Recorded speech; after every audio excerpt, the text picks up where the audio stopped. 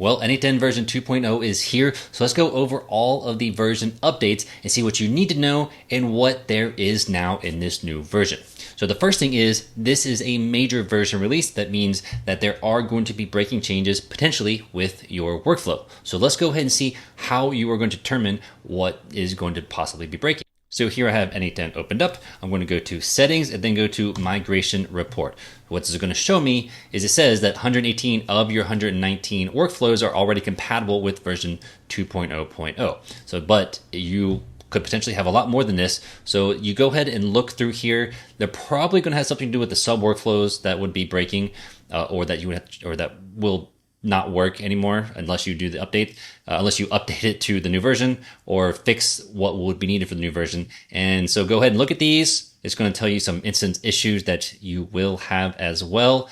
So now let's go ahead and actually perform the upgrade on our instance. Okay, so what you're going to do is at the bottom left, I'm using the cloud version of n8n. So I'm going to choose admin panel.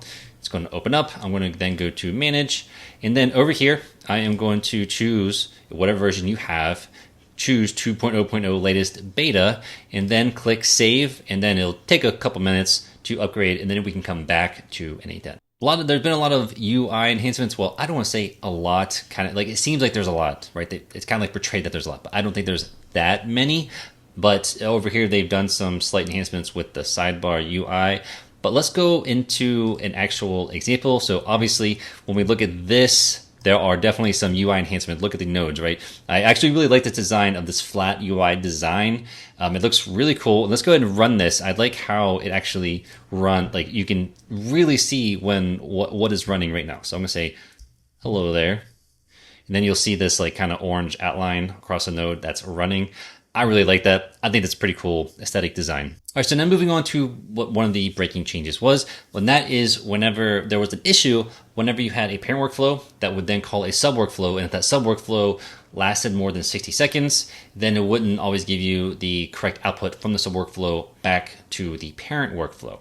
So let's go over how they fix that. So I have created a child workflow. In the wait parameter, or the wait node, I have it waiting for 75 seconds. And actually, let's do this. So we can just do my last name. So this will print out my last name. And also, I don't know how I didn't forget to mention this, because I'm going to show you an example of this. There's a new save and publish. You see this is new, right? You're used to seeing a little button that if you press it, it'll say it's active, or if you press it again, it'll say it's inactive. But they changed that with just save and publish. If you publish, that means that your workflow is actually in production. If you save it, that means you've just saved your changes, but it's not in production workflow. And as soon as I get done with this example, I'm going to use that with this example to show you exactly what that means. So I'm just going to save this. And I am actually going to publish this, right? I'm going to say version. This is actually like third version, I think. Updated the name. I just give it some change or some update for the description. So I'm going to go back to the parent workflow. Now I'm going to execute this. Now, of course, this is going to take 75 seconds, right? So I'll come back whenever that's done. Okay, now that we're back, we get the output, the name read, okay? And so what you also see here, there's this option, wait for sub workflow completion, right? Just make sure you have that on, and it's gonna actually wait for that to be completed and get the output from that sub workflow, okay? So now what we're gonna do is we're gonna go back to the child workflow. I'm gonna change this wait to 5 seconds. And also, I want the name, the output to be not Tyler. Now, I'm just going to save this, right? Just save, not publish. I'm going to come back to the parent workflow, and I'm going to execute this. Okay, so what you may think is that this is going to be done in 5 seconds. However, it's about 5 seconds.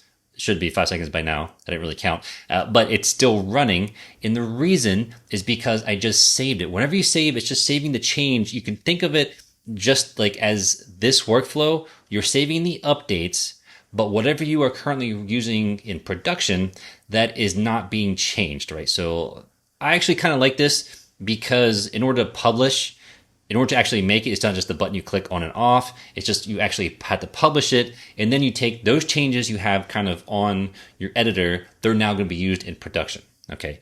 So whenever we go this at the output here, it's obviously still waiting 75 seconds. Even when we change the time, the output should also still be. Okay, and now it finished, and you can see it still output my last name. All right, so now if I go to the child workflow and I publish, and I say version 4. Ta-da! And then I publish this. Now I'm going to go back to the parent workflow, execute this. This should now just take 5 seconds. It's going to output not Tyler as the name. Yep, and it's already done. And there we go. The output name is not Tyler. So that is a big distinction that you just need to understand between save and publish. And I hope that really may help you understand it. Now for the next change, this is actually to do with the code nodes. So if you search for code, you're going to see that just like before, you can do it in JavaScript or Python, except Python has changed. They were using something called Pyodide, but now they've gotten rid of that. They're going to be using native Python. The problem with this is that it limited the available Python packages to packages included only with Pyodide. Okay, and that was actually something I really didn't like. I never used the Python node simply because of that. It didn't even have the simple request library for HTTP support, even though you could do it with the HTTP request node. Still, that you would think that something like that it could have, but it didn't. But now what they've done is they're with the task runners, right? The native Python support is going to be using task runners. Okay, well they actually added it in a previous version. Now it's just actually stable in n8n version 2. Okay, so I didn't say that clearly enough. They've had it, but now it's just in the stable version. So this means that native Python supports importing native Python modules from the standard library and third parties if the n8n IO runner's image includes them and explicitly lists them. Okay, I'm not going to get too much into this, but this is just something that you should know. And Python, Pyodide did have dot notation, which you use probably all the time, but now they just have what's called bracket notation here. And speaking of task runners, whenever you're actually executing code, right, the general thing with the task runner is you want to execute the code in a secure and performant way. Now, one of the things I've mentioned, especially small agents, AI Agent Framework does this really well, is they have something called E2B, where whenever you want to execute code, you're not executing the code on a machine. You're using a sandbox container that is going to execute the code. So if anything were to happen, right,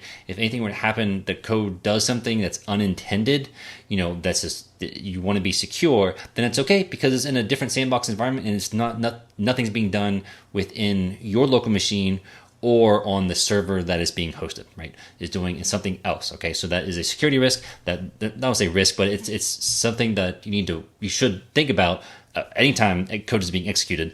And this is something that they're really improving on. Secure seems to be the biggest theme. One of the bigger themes that they're using for this major version. Now, since July 2023, they've gone from 30,000 to 160,000 stars, grown to about 115,000 members in their community forum. They now employ almost 200 people and basically have a release every week. They've really skyrocketed, and they're one of the more popular no-code, well, kind of like, I would almost say low-code platforms, right? Now, another thing to remember is that this is the beta release. The stable one is planned for December 15th. Okay, depending on how well this goes, that could very well be December 15th, or it could be delayed a little bit.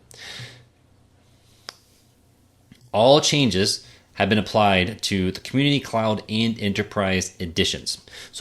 But your biggest question may be, well, what's going to happen to 1.x version, meaning whatever version you're currently running that's 1 point something, especially if you have clients that are relying on that version. Well, you basically have 3 months for them to actually support with security and bug fixes only. No more features are going to be added. So what I would recommend is figuring out when you do the upgrade, figuring out what's going to break if you do the upgrade or what you need to change, and then slowly do that for your workflows. Okay, you don't have to do this all at once, right? And this could possibly change, but this is probably not going to change the 3 months of support. So just make sure you understand what needs to update, and you really should do it, but just make sure you do it in a fashion that's not going to break or it's not going to harm your business in any way. Okay. So these were the major things that you talk about with n8n 2.0. I do have to say that as much hype, I don't even know if I got a ton of hype, but for me, the way that I have seen people talk about it, that it seemed like there were going to be more, that there was just more to it, and I didn't see like a lot here. I mean, there's a lot. I'm sure what they've actually released is a lot, but if you're just coming from a user perspective and you expected maybe a lot more, then maybe you're a little bit more disappointed than you would think based off the hype. But this is really awesome. And if you have any questions about this, please leave them in the comments below and let me know what you think about this release. And in the meantime, here are some more videos.